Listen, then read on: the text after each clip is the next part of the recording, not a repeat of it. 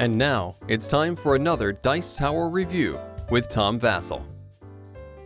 Hey folks, I'm Tom Vasel, and today we're taking a look at team play. In this game, you're on teams. Shockingly, you're with a partner anyway. So it's a card game where you're going to be collecting numbers and trying to complete sets that are based, the kind of sets you're completing, 3 of a kind or 4 in a row or whatever, are based on different mission cards that are on the table. You and your teammate are working together, unless of course you're playing with 3 or 5 players, in which case there are no teams, in which case the name of the game doesn't make any sense and it should just be called play. But don't think about that. Let's take a look at how the game plays.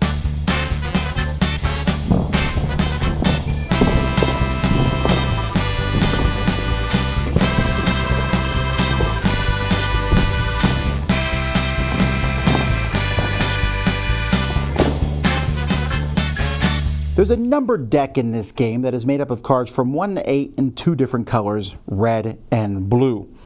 There's also going to be a whole pile of mission cards. One of these is placed in the middle of the table. That's a general mission anyone can do, and each player will get their own private mission. Each player will also start with a number of cards based on seating order, and you will have a partner across from you, unless you're playing 3 to 5 players, in which case every person is for themselves. On your turn, you draw 2 cards. This is mandatory, so I can draw cards from here or from the middle. So maybe I'll draw this 8, which is immediately replaced, and then I'll draw a card from the top.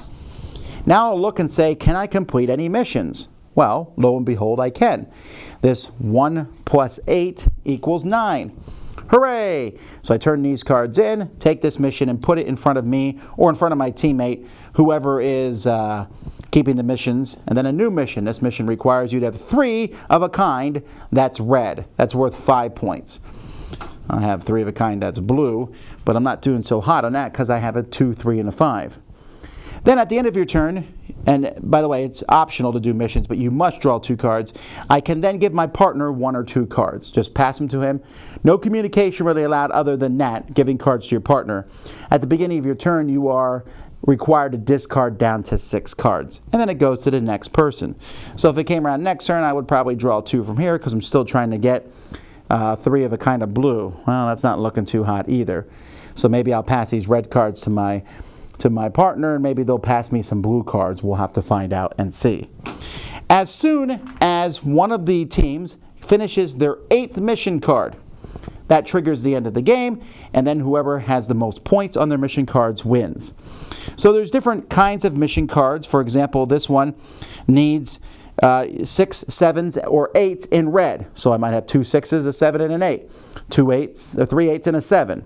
This one just requires 2 of the same. This needs 1, 3, 5, and 7 of any color. This is basically a straight. I'm going to need, 3, 4, 5, 6, 7, or what have you. This is basically I need 2 different numbers of blue or 2 different numbers of red. Or I'm sorry, consecutive numbers. So 4, 5 or 7, 8 of the same color. And that's pretty much it. The cards themselves are of decent quality. I am a little confused by their methodology here sometimes. Like this A, B, C, D, E, meaning that it's a straight, like numbers are consecutive. That's not so easy, and then these shapes mean 2 of a kind. I found that a little confusing sometimes. Most of the cards are pretty easy to tell, but there's a thing here. We pass this around a lot more than I thought we would have to see what the cards meant.